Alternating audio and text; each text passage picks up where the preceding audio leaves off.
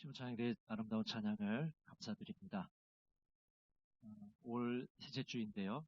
성도 여러분 가정에 하나님의 크신 은혜와 사랑이 풍성하시기를 간절히 바랍니다.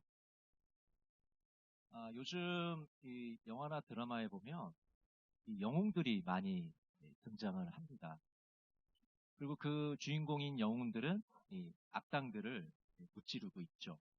그래서 이제 수많은 이 악당들과 대결을 하게 되는데, 여러분이 좀 알만한 몇 가지 이제 악당들을 좀 소개를 하면, 예전에 뽀빠이는 이 블루토라는 악당과 대결을 했습니다. 그리고 스타워즈에 나오는 제다이들은 이 다스베이더와 대결을 하죠. 그리고 배트맨은 이 조커와 대결을 하고, 아이언맨은 닥터 둠과 대결을 합니다. 이외에도 수많은 악당들이 있겠죠. 이렇게 가상의 악당들만 있는 게 아니라 또 실존하는 악당들도 있었습니다. 히틀러라든지 스탈린이라든지 현재는 푸틴과 같은 그런 악당들이 있는 것이죠. 근데 이 정치적인 악당들만 있는 게 아니고 이 종교의 분야에도 종교적인 악당들이 있는 것이죠. 아마 대표적인 것이 십자군 운동이 아닐까 생각을 합니다. 이제 중세에 십자군 운동이 일어나게 되는데, 처음에는 이 예루살렘이라는 이 성지가 이교도의 손에 있기 때문에 그것을 안타깝게 여긴 사람들이 이제 십자군 운동을 일으키지 않습니까? 그래서 성지를 탈환하기 위해서 8차례나 군대를 파견합니다. 근데 문제는 뭐냐면, 처음에는 이렇게 순수한 목적으로 시작을 했는데 점점 이 회를 거듭할수록 그 목표를 잃어버리고 탈선을 해버리고 타락을 해버린 것이죠. 그래서 심지어는 같은 기독교인들을 약탈하고 죽이기도 한 그런 끔찍한 일들이 벌어지게 됩니다. 이 사람들이야말로 종교적인 악당들이라고 할 수가 있을 겁니다. 러시아의 소설가 도스토옙스키의 소설 중에 까라마조프가의 형제들이라는 소설이 있습니다. 이 소설에는 대신문관이라는 이 작은 작품이 그 안에 삽입되어 있는데, 이 대신문관의 내용은 다음과 같습니다. 16세기의 스페인에 아주 이 종교 재판이 한창이었 때였는데, 그때 예수님께서 재림을 하시게 되죠. 그런데 그 당시에 스페인의 종교 지도자들은 이 재림한 예수님을 거부한다는 내용이 그 속에 담겨 있습니다.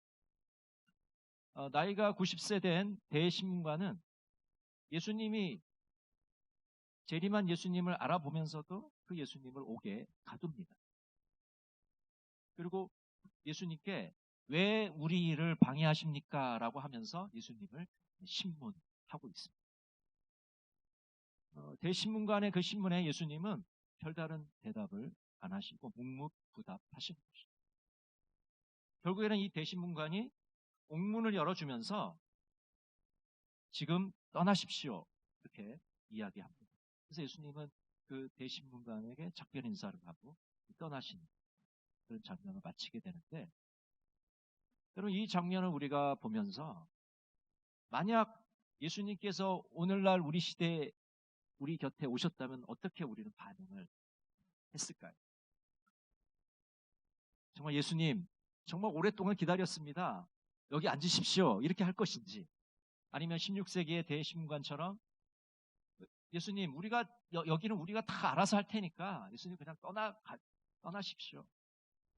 이 교회는 우리가 잘 운영하고 있으니까 예수님 필요 없습니다, 우리가 알아서 할 테니까 떠나십시오, 그렇게 반응을 할 것인지. 대신문관과 이 일당들은 재림한 예수님을 거부를 하고 재림한 예수님을 떠나보냅니다. 이들이야말로 종교적인 악당들인 것이죠. 오늘 성경에도 보면 이 종교적인 악당이 등장합니다. 사무엘상 2장 12절을 우리 같이 한번 볼까요? 엘리의 아들들은 행실이 나빠 여호와를 알지 못하더라. 엘리 제사장에게는 두 아들이 있었습니다. 홈니와 비느하스라는 아들이 있었는데 이들은 불량자였습니다. 성경은 그들의 행실이 나빴다라고 말씀하는데, 요즘 말로 하면 이 악당들이라는 겁니다. 이들은 제사장임에도 불구하고 악당으로 불리고 있습니다. 비열하고 타락한 자들이었고 해로운 자들이었습니다. 이들은 욕심이 가득하고 교만한 자들이었습니다. 그래서 이들을 악당이라고 부르고 있는 것이죠. 성경은 악당 홈리와 비느하스를 두 가지 특징으로 묘사하고 있습니다. 그 첫 번째가 바로 그들은 하나님을 멸시하였다는 것, 하나님을 무시하였다는 것. 오늘 3상 2장 12절에 보니까 그들은 하나님을 알지 못했다라고 말씀합니다. 여러분, 하나님을 알지 못했다는 것은 영적인 무지를 뜻하는 겁니다. 이들이 제사장임에도 불구하고 하나님에 대한 지식이 전혀 없었다는 겁니다. 우리 갈라디아서 4장 8절을 한번 읽어볼까요? 그러나 너희가 그때에는 하나님을 알지 못하여 본질상 하나님이 아닌 자들에게 종노릇 하였더니. 여러분, 홈리와 비느하스는 제사장이었지만 하나님을 알지 못했습니다. 하나님을 무시했습니다. 하나님을 두려워하지 않았습니다. 그들은 하나님의 종이 아니라 마귀의 종이었던 것이죠. C.S. 루이스는 이렇게 말합니다. 교만한 당신은 하나님을 알 수 없다. 교만한 사람은 늘 사물과 사람을 내려다보는데 그렇게 내려다보는 한 당연히 당신보다 위에 있는 것은 보이지 않는다. 여러분, 교만한 사람은 하나님을 볼 수 없습니다. 왜요? 밑에만 내려다봅니다. 자기가 제일 높고 나머지 사람은 다 밑으로 내려다보니까 위에 계신 하나님을 볼 수가 없는 거죠. 엘리의 두 아들은 교만했기 때문에 하나님을 알 수 없었습니다. 이들은 하나님을 무시했습니다. 그리고 하나님을 경외하지 않았습니다. 제가 누누이 말씀드리지만은 우리가 건강한 신앙생활을 하기 위해서는 이 두 가지가 밸런스를 맞춰야 되는데 그것은 바로 하나님을 경외하는 것과 하나님을 사랑하는 것이 균형을 맞춰야 됩니다. 여러분, 하나님을 경외하는 것, 하나님을 떨며 두려워하는 것, 그것에만 치중하는 사람은 하나님의 사랑을 알지 못하기 때문에 경직된 신앙생활을 합니다. 교회에 나오는 게 별로 기쁘지 않아요. 그냥 의무로 나오는 거예요. 왜 안 나오면 벌 받을 것 같아요. 하나님을 두려워하긴 하는데 하나님을 사랑하지 않아요. 여러분, 반대의 경우도 있겠죠. 하나님을 사랑해야 합니다. 하나님을 친근히 여깁니다. 하나님을 가까이 다가갑니다. 근데 하나님을 두려워하지 않아요. 그렇기 때문에 이 사람도 역시 치명적인 신앙생활의 결점을 얻게 됩니다. 건강한 신앙생활을 하려면 하나님을 경외하는 것과 하나님을 사랑하는 것이 밸런스를 맞춰야 됩니다. 이 밸런스가 깨지게 되면 이 신앙의 건강성을 우리는 잃어버리게 되는 것이죠. 독일의 신학자 루돌프 오토는 이 누미노제라는 표현을 쓰고 있습니다. 이 누미노제라는 것은 뭐냐면 거룩하신 하나님 앞에서 인간이 설 때 자기 자신의 연약함과 초라함을 느끼게 되는 겁니다. 여러분, 그렇지 않겠습니까? 우리가 대자연 앞에 서면 우리 인간의 존재라는 게 너무 왜소해 보이잖아요. 마찬가지로 우리가 절대자이신 하나님 앞에 서게 되면은 너무나도 우리 자신이 너무나도 약하고 미미하고 보잘것없는 존재로 느껴지게 됩니다. 그래서 우리가 성경은 거룩한 체험이라고 말하고 있습니다. 오토는 이 누미노제 안에는 신비하고 매혹적이고 떨며 두려운 요소가 담겨져 있다고 이야기합니다. 엘리의 두 아들들은 하나님의 제사장이었지만 이 누미노제의 체험이 없었습니다. 하나님의 거룩하심을 체험하지 못했습니다. 하나님을 떨고 두려워하고 경외하지 않았던 겁니다. 그러니까 이들은 하나님께 불순종할 수밖에 없는 자들이 된 것이죠. 하나님께 순종하지 않기 때문에 하나님의 뜻을 알지를 못합니다.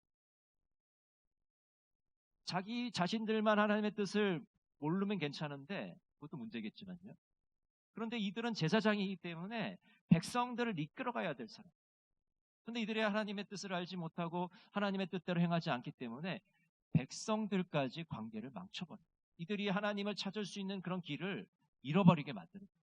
다른 사람들의 관계도 다 깨트려 버리는 거죠. 그렇기 때문에 지도자가 굉장히 중요합니다. 지도자가 하나님을 아느냐 모르느냐, 하나님의 뜻대로 사느냐 안 사느냐, 하나님께 순종하느냐 불순종하느냐는 자기 자신의 문제로 그치는 것이 아니라 다른 사람들의 신앙생활까지도 망치는 결과를 가져오게 되는 것이죠. 이렇게 엘리의 두 아들들은 하나님을 무시했습니다. 두 번째 특징은 그들은 하나님을 무시했기 때문에 하나님의 제사도 무시하고 있습니다.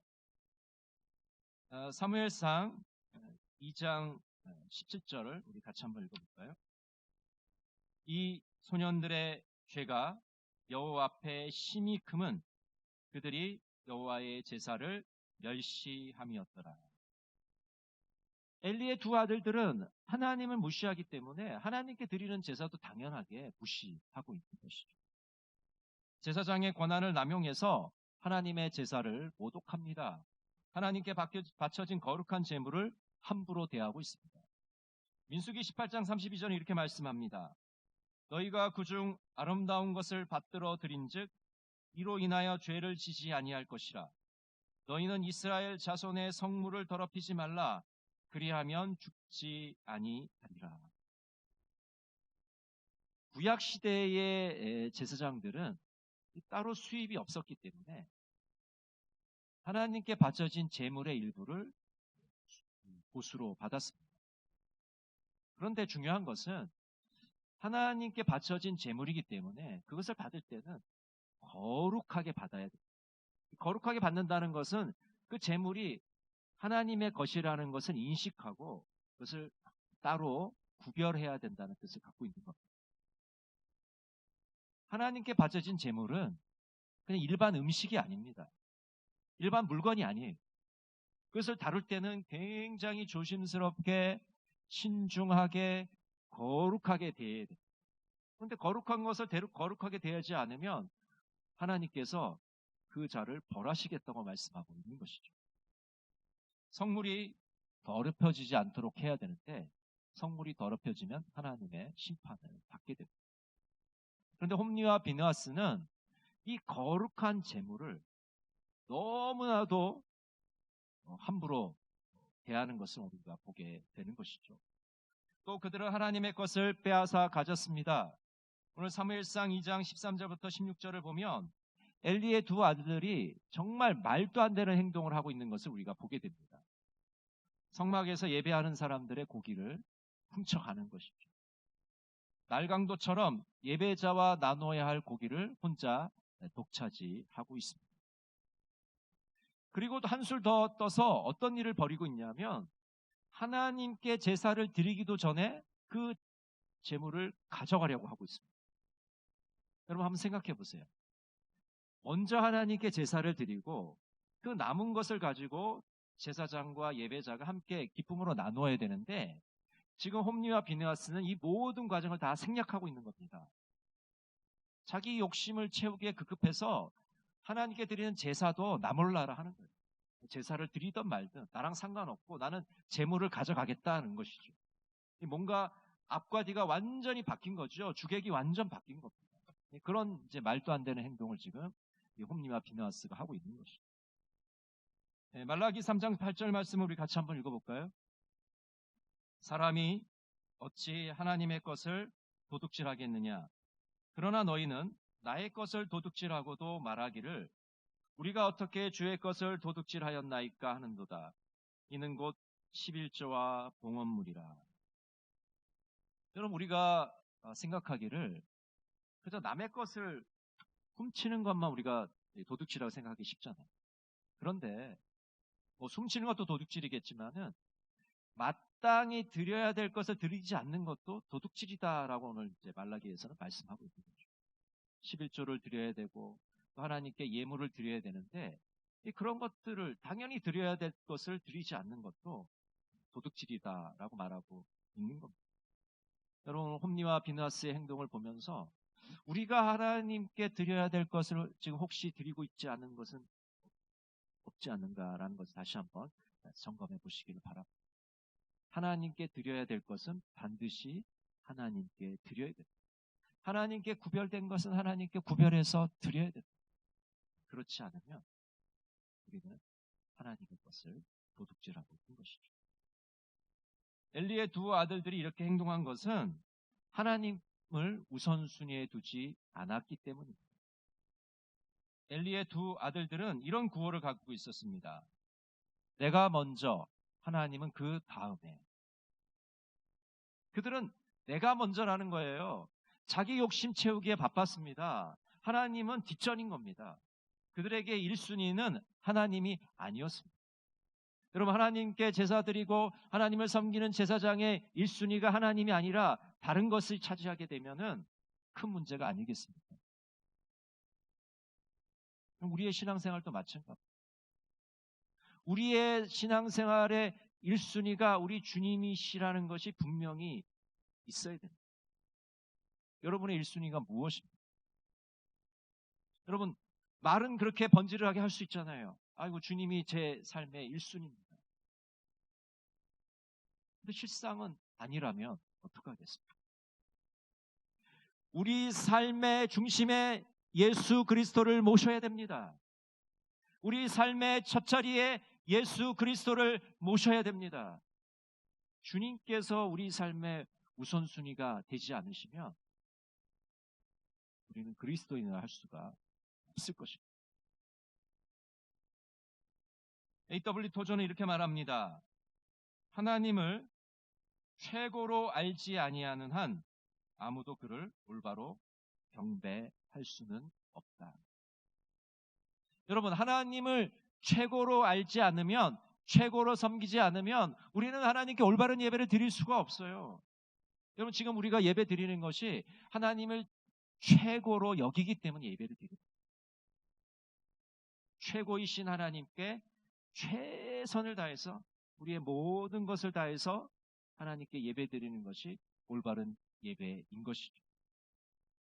우리 그리스도인들은 하나님을 경외하며 하나님께 온전한 예배를 드려야 됩니다. 온전한 예배자들이 다 되어야 합니다. 성령께서 인도하시는 예배를 드려야 됩니다. 거룩한 굶주림으로 하나님의 임재의 빵을 사모해야 합니다. 토미테니는 이런 말을 합니다. 현대 교회는 하나님의 임재라는 최고 우선순위를 상실하고 말았다. 우리는 빵 없는 빵집 신세가 되고 말았다. 게다가 우리는 빵을 파는 것에 관심조차 없다. 우리는 차갑게 식어버린 오븐과 텅 빈 선반 가운데 앉아 한심하게 공론만 펴고 있다. 여러분, 우리의 예배에 하나님의 임재가 빠져버리면 빵 없는 빵집과 같은 겁니다. 여러분, 빵 없는 빵집 무슨 소용이 있습니까? 우리의 예배에 하나님의 임재가 있고 이 예배를 통해서 우리가 하나님을 만나고 거룩하신 하나님의 체험이 없다면 그냥 왔다가 그냥 가는 거예요. 아무 의미가 없어요. 시간 때우는 시간밖에 되지 않습니다. 하나님의 거룩하신 임재를 맛보시는 여러분 모두가 되시기를 간절히 바랍니다. 또 온전한 예배를 드리기 위해서는 우리의 우월감과 이기심을 버려야 됩니다. 지금 내 옆에서 함께 예배 드리는 사람이 나보다 더 나은 사람이라고 생각해요. 내가 저 사람보다 더 높은 사람이지, 더 낫지. 그런 생각을 가지고는, 그런 마음을 가지고는 우리가 하나님께 올바른 예배를 드릴 수가 없어요. 하나님은 교만한 마음을 매우 싫어하시죠.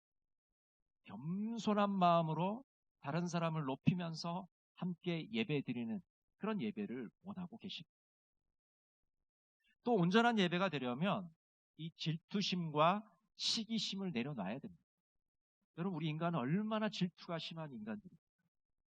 나보다 좀 못하면요 무시합니다. 나보다 좀 잘하면은 되게 그 사람을 끌어내리려고 안간힘을 써요. 비난하고 정죄하고 심지어는 없는 말까지 지어냅니다. 얼마나 이기적이고 질투심이 많은지. 근데 여러분, 우리가 하나님께 예배 드릴 때는 이 질투심과 시기심을 내려놔야 돼요. 정말 깨끗한 마음, 정결한 심령으로 주님 앞에 예배 드릴 때 이 예배를 하나님께서 기쁘게 받으실 수 있는 것입니다. 오늘 본문의 결론이 되는 말씀이 사무엘상 2장 30절에 나옵니다. 길지만은 우리 천천히 한번 같이 읽어보겠습니다. 그러므로 이스라엘의 하나님 나 여호와가 말하노라. 내가 전에 내 집과 내 조상의 집이 내 앞에 영원히 행하리라 하였으나 이제 나 여호와가 말하노니 결단코 그렇게 하지 아니하리라. 나를 존중히 여기는 자를 내가 존중히 여기고 나를 멸시하는 자를 내가 경멸하리라. 여러분, 이 말씀이 오늘 본문의 결론입니다. 나를 멸시하는 자를 내가 멸시하겠다. 나를 존중히 여기는 자를 내가 존중히 여기겠다. 여러분, 하나님을 멸시하고 하나님을 무시하는 자들이 누구입니까? 그들이 바로 종교적인 악당들이에요. 그럼 우리는 종교적인 악당들이 되어서는 안 됩니다. 하나님을 존중하는 자, 또 하나님께 드리는 예배를 귀하게 여기는 자들이 되어야 됩니다. 하나님의 임재 연습이라는 책이 있는데 이 책 속에는 로렌스 형제라는 사람이 등장합니다. 이 로렌스 형제는 어떤 사람이냐면 수도원에서 다른 수도사들을 위해서 주방에서 음식을 만들던 사람입니다. 주방장이죠. 이 사람은 수도원에서 하는 일이 음식을 만들어서 다른 사람들에게 식사를 대접하는 거예요. 근데 이 사람은 음식을 만들면서 하나님의 임재 체험을 하게 되었습니다. 이제 이 로렌스 형제가 죽을 때가 다 되어서 어떤 사람이 이렇게 질문을 합니다. 당신은 지금 무엇을 하고 있습니까? 로렌스 형제가 이렇게 대답을 합니다. 나는 내가 지난 40년 동안 했던 일을 지금 하고 있습니다. 나는 앞으로도 영원히 이 일을 하고 싶습니다. 그러자 상대방이 이렇게 묻는 거예요. 지금 하고 있는 그 일이 바로 무엇입니까? 그래서 로렌스 형제가 이렇게 대답을 했습니다. 나는 지금 하나님을 예배하고 있습니다. 죽는 그 순간에도 로렌스 형제는 하나님께 예배하는 일을 그치지 않았던 것입니다. 로렌스 형제는 지금 현재에도 예배가 굉장히 중요하지만 앞으로도 내세에도 예배가 얼마나 중요하다는 것을 우리들에게 말해줍니다. 여러분, 그렇지 않습니까? 이 지상의 일들은 우리의 숨이 끊어지면 다 끝나는 겁니다. 거기 이제 끝나는 거예요. 아무것도 지속되지 않습니다. 그러나 하나님의 나라에 가서도 우리가 할 수 있는 일은 하나님께 예배드리고 하나님을 찬양하는 일은 멈추지 않습니다. 우리가 영원토록 해야 될 일이 하나님을 예배하는 일이죠. A.W. 토저는 이렇게 말합니다. 이렇게 기도합니다. 주여, 저는 예배하는 자들 중에 있기를 원합니다. 저는 때때로 예배하는 신용만 내는 죄를 범했습니다. 오늘 제가 진정한 예배가 무엇인지를 새롭게 깨닫게 하소서. 여러분, 이 토저의 기도가 우리의 기도가 되기를 원합니다. 예배를 드리실 때마다 이 토저의 기도를 가슴에 새겨보시기를 바랍니다. 주님, 제가 그냥 예배 드리는 신용만 하지 않았습니다. 그냥 몸만 와서 껍데기만 앉아서 지금 예배 드린다고 하고 있지는 않았습니까? 마음은 딴 데가 있는데 알맹이는 딴 데 두고서는 그냥 껍데기만 와서 지금 앉아 있는 거 아니에요. 그냥 예배 드리는 신용만, 시간만 때우다 간 건 아니에요. 정말 진정한 예배자가 될 수 있도록 좀 새롭게 해주시고 깨닫게 해주시고 결단하게 해주십시오. 예배를 드리기 전마다 여러분 이 토저의 기도를 가슴에 새기시기를 바랍니다. 이처럼 하나님은 예배를 존중히 여기는 자를 존중히 여기겠다고 말씀하고 있는 것이죠. 여러분, 종교적 악당은 특별한 사람만 되는 것이 아닙니다.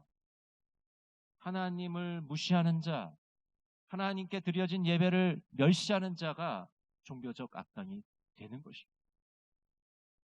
여러분, 우리 한 사람 한 사람이 정말 하나님의 이름을 높여드리고 하나님의 이름을 존중히 여기고 하나님께 드리는 그 예배를 귀하게 여기시는 우리 동강의 모든 성도들이 되시기를 간절히 바랍니다. 기도하겠습니다. 사랑의 하나님, 신앙생활을 하면서 어느샌가 매너리즘에 빠져버린 것은 아닌지요. 하나님을 우선순위에 두지 않으며 예배를 소홀히 여기지는 않습니까? 종교적인 악당의 길로 가지 않고 주님의 은총을 받는 자들이 되기를 원합니다. 예배를 귀하게 여기고 하나님의 이름을 높여드리게 하옵소서. 예수님의 이름으로 기도드립니다. 아멘.